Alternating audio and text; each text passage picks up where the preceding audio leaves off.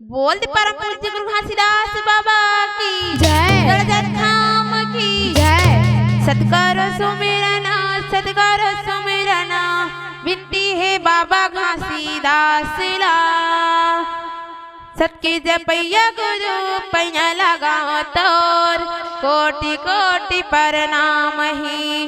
बोल परम पूज्य गुरु घासीदास बाबा की जय। जगत धाम की जय। कौन जीवा की बलि चढ़ाथीगा कोनो पत्थर दियाला जलाथी ना ये दुनिया के मन खे मन ये दे देवता बलि देते ना ए दुनिया के मन दे देवता माँ बलि देते ना। हाँ कौन जीवा की बलि चढ़ाथीगा कोनो पत्थर माथे नवाथी ना ये दुनिया के मन खे मन ये दे देवता में बलि देते ना।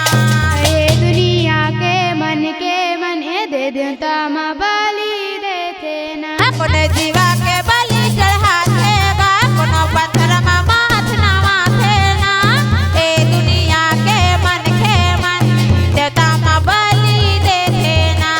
ए दुनिया के मन देवता माँ बलि देते ना। जय हो कौन जीवा के बलि चढ़ाथेगा कोनो पत्थर माथ नवाथे ना ये दुनिया के मन खे मन देवता में बलि देते ना।